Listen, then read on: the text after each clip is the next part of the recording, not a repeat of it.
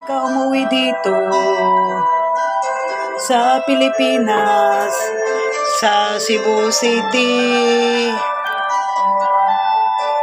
Ito ang iyong hometown, Mama Anjing.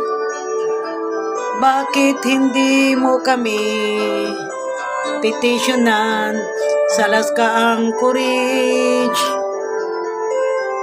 Mama Anjing, hindi ka dapat nag-iisa diyan sa Laskaang Courage kasi may 3 anak ka na babae.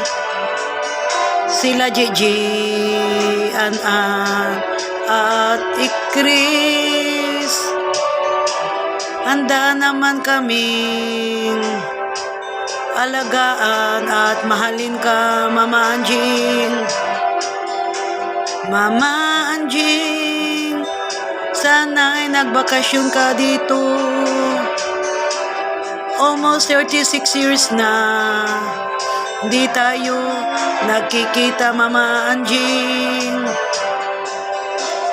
Mama Anjing, napalpak yung plano mo. Napetisyonan kaming 3, An-An, Gigi, Ikris, at dadalhin mo kami sa Laskaang Courage. Mama Anjing, sana umuwi ka na lang nung hindi mo kami mapetisyonan para mabuo ang ating pamilya, Mama Anjing. Bakit kasi pumunta ka pa sa Laskaang Courage? Tuloy tumanda ka na mag-iisa dahil iniwanan ka na ni Uncle Joe, yung husband mo. Dapat kasi nagbakasyon ka dito or umuwi man lang sa Cebu City para mahagan at mayakap ka at makapiling natin ang isa't isa. Bakit hindi ka kasi umuwi dito, Mama Anjing?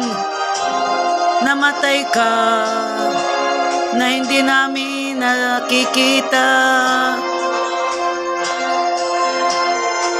Hindi namin nakita ang iyong pateng lawas bangkay sa huling pagkakataon. Ang sakit namang isipin.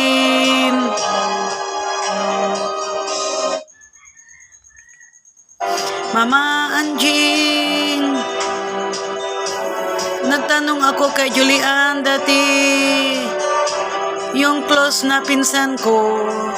Ang sabi ko, buti ka pa, maglarga ka sa Hawaii, Honolulu.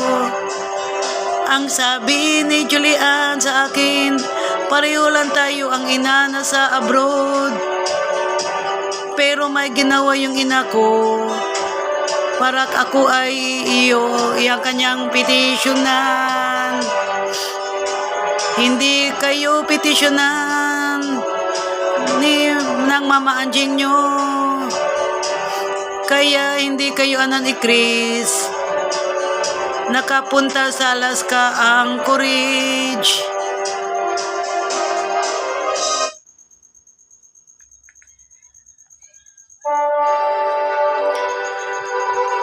Mama Anjing, sana umuwi ka na lang dito kasi nandyan pa dati si Uncle Joe, maraming pera yun. 60,000 na ang pamasahe, nakapadala nga siya ni Ikris ng $500 2 beses. At saka sana inikaso niya yung papeles mo, passport mo para makauwi ka. May pagkukulang ka rin, Mama Anjing, at saka may kasalanan ka rin kaya hindi ka umuwi. Mama Anjing, bakit mo kami iniiwan? Si An-An, Gigi, Ikris, hindi ka ba natatakot? 11 years old pa ako noon nang iniwan mo, Mama Anjing. Si Gigi 12 years old at si Ikris ay 5 years old. Napakabata pa namin, Mama Anjing. Kaya ka pumunta sa Alaska Anchorage, Mama Anjing, para petisyonan mo kami dahil bata pa kami noon. Pero hindi yun ang nangyayari, Mama Anjing. Kaya ang lakas ng loob mo na iniiwan kami dahil nandyan si Tio Makoy at Chalina. Kapatid mo si Tio Makoy, siya ang nag-promise sa iyo na siya mag-alaga sa amin, pero namatay siya. At saka si Chalina, namatay silang dalawang mag-asawa. Iba rin kasi ang plano ng Panginoon sa atin.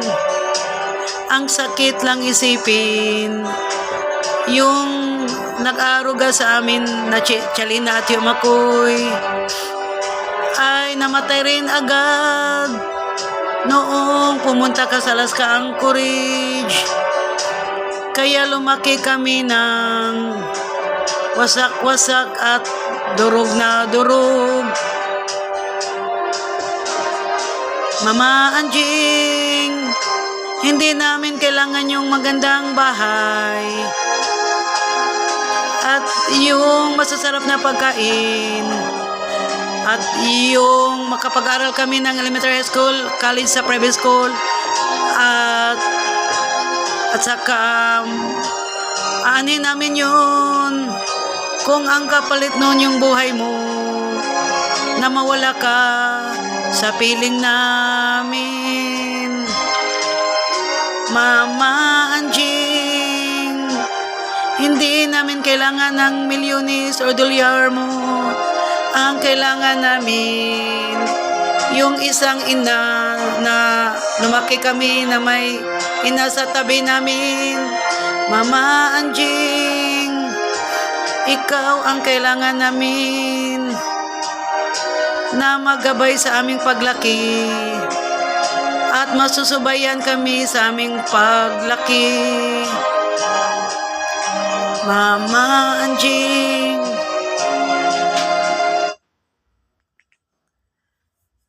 Mama Anjing, kay lupit ng tadhana sa ating lahat. Yung gibilin mo kami ni Tio Makoy, Chalina, pero ay namatay sila agad dalawa. Kaya lumaki kaming may sama ng loob. Mama Anjing, sana nung nalaman mo na wala na si Chalina at Tio Makoy, na binilin mo kami sa kanila at sila ang mag-aaruga sa aming tatluan ng JJ Chris. Sana umuwi ka na lang nung nalaman mong patay na si Chalina at Tio Makoy. At sana naisip mo na lang, sino pa kaya ang mag-alaga kay Ann JJ Chris? Kundi ikaw sana yun, Mama Anjing, ang dapat mag-alaga sa amin at magmamahal sa aming tatlong mga anak mo, Mama Anjing.